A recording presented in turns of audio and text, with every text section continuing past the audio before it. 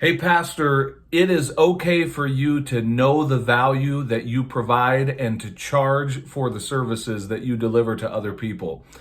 Hey, my name is John. I'm one of the co-founders of EntrePastors, and our mission at EntrePastors is to help pastors thrive financially, not so much by making more money from their churches, but by getting out into the marketplace and creating an entrepreneurial business of their own where the ceiling is lifted from their earning potential.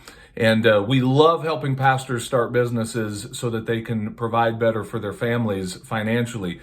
One of the big things that we run into, though, is with pastors as they launch their businesses, is that I believe pastors have really been taught to devalue their time and the results that they provide. Something about the system of the church, the institution, the way we've approached the vocational, professional role of a pastor, and just all of what has come with that in recent modern history has created this element where a lot is expected of pastors for very little pay. And I think a big part of that is that pastors then are taught to really undervalue the services they provide. I'll give one very small example. Take weddings, for instance.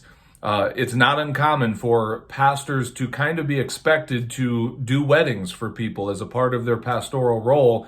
And yet, think about the average pastor who does a wedding. Many times they're doing hours of premarital counseling and training. They prepare for a wedding ceremony. Often they give of their time on a Friday night to go do a rehearsal and lead through that. Then they show up on a Saturday, giving at least half of their day of a Saturday to officiating a wedding and, going to the reception and being there pastoring people in that moment. And much of the time, all of that effort is rewarded with a gift card, if anything, maybe $100 here or there. And think at the same time, every other industry or every other professional person around that wedding industry is charging professional prices, whether it's the photographers, the people who make the cakes, the flower people, the venue people, the DJs, all of the stuff. Everyone else is charging professional rates for what they do, and yet pastors just have this expectation put upon them that, you can't charge for that because you're a pastor, you do it in ministry. And again, that's just one example. I could give many others, but I want you to know, pastor, that if you're out in the marketplace, you are able to charge for the value that you're providing for other people. It's okay, it's right, it's good. Imagine anyone else doing that in any other industry where we would expect your doctor, your dentist, your car mechanic, your carpet cleaner to just give of their time because they're in ministry or because they're serving the Lord.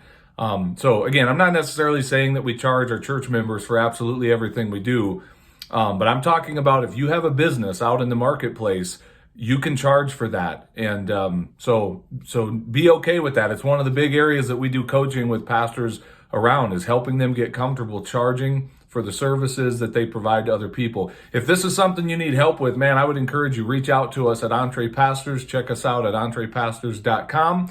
Listen to our podcast. We share stories every week of pastors who are doing incredible things in the marketplace. They're serving in their churches, they're thriving in ministry and financially as they grow their businesses. We'd love to help you be one of those pastors. So talk soon.